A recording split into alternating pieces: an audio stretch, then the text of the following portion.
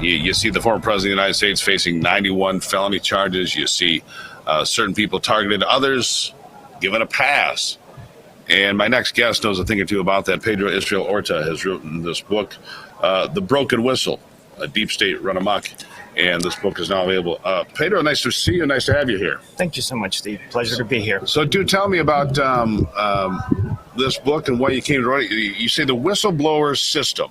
When people say, look, there's something wrong here, whistleblowers are supposed to be protected. They're supposed to be allowed to tell their story and then sort it out whether it's true or not, because we can't say that all whistleblowers are telling the truth, but you have to be able to go through the process. It's not fairly applied, is it? Not at all. And as an intelligence community whistleblower, basically you report what you reasonably believe evidence is wrongdoing, violations of laws. And you're mandated to report these by law. And if you don't report them, you're actually not obeying the law. But what happens is when you do report them to the authorities, which are basically the senior officials in these organizations, Right. CIA, FBI. CIA for you. In my case, CIA. Right. What happens is instead of your disclosures, blowing the whistle, being adjudicated to determine whether they're true or not, is that they are bent on destroying you as the whistleblower.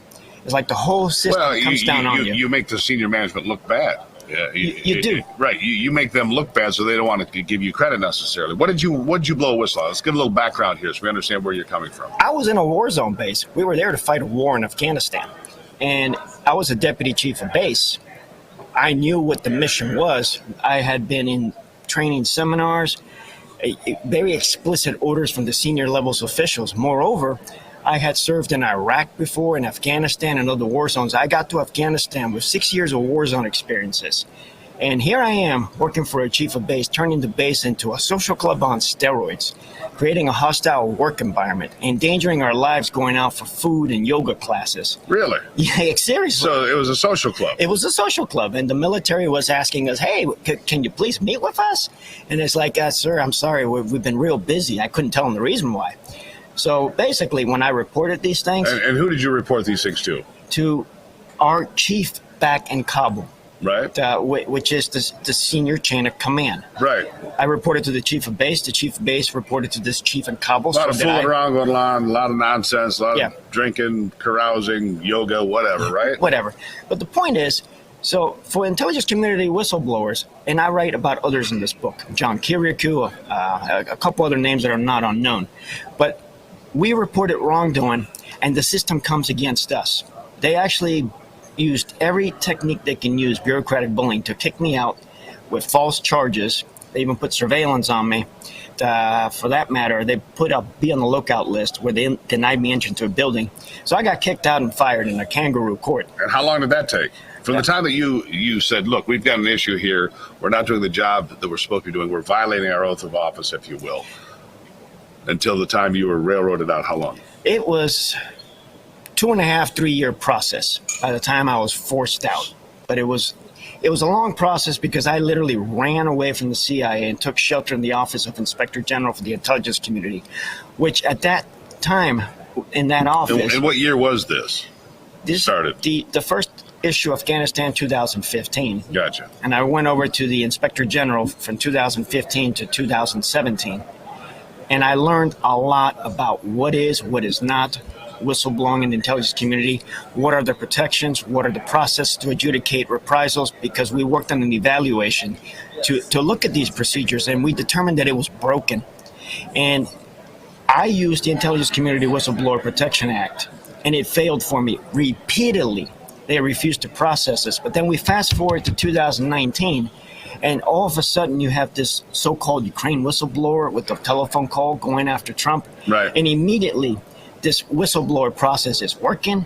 They're protecting this individual. They're listening to his claims. Congress is getting involved, so forth. But in my case, in the case of real whistleblowers, nobody helped us. And in the case of the phone call whistleblower, there was nothing to blow the whistle on. It was a phone call between two heads of state. As far as I mean, we've all seen the phone call. We've all seen the transcript. We know what it was about now. There's not much to it.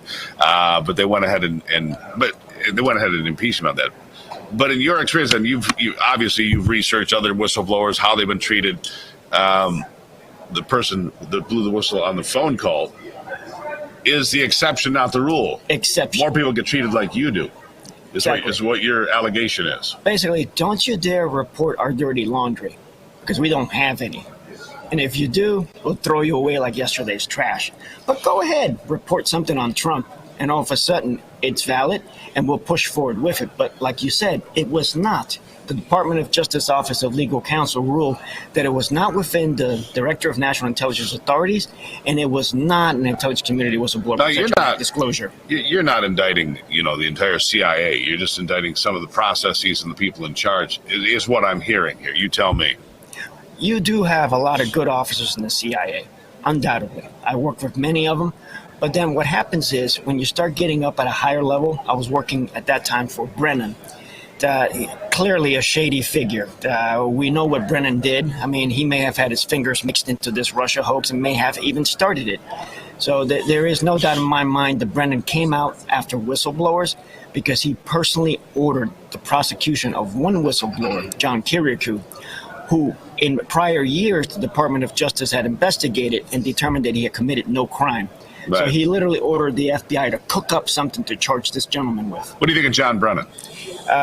Snake, shady, untrustable, just a political operative there to defend Trump and enforce Obama and enforce Obama's basically agenda. Yeah, a guy who openly voted for communists in 1976. He admits it.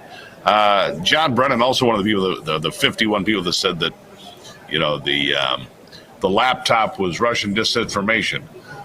Do you trust any of those folks?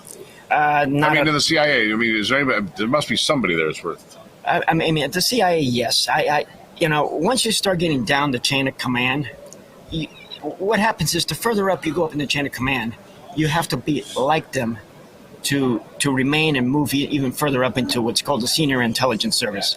But I write a lot about common people working for the CIA, the sacrifices we make, our health, our families, and so forth.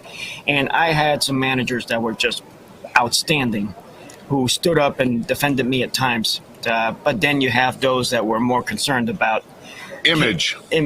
Yeah. Fake it till you'll make it. Image, ego, don't embarrass the boss, that sort of thing. Pedro Israel Orta. The book is The Broken Whistle, a deep state run amok. His story of blowing the whistle and then having it blow back in his face. You can get the book, I would assume, in any of the normal places. Right now, Amazon's going to be your best bet. All right, Amazon. I'm going to get that so you can see that right there. It is The Broken Whistle. Pedro, greatly appreciate you being here. Thank you, sir. Thank you so much. God bless you. Thank you. All right.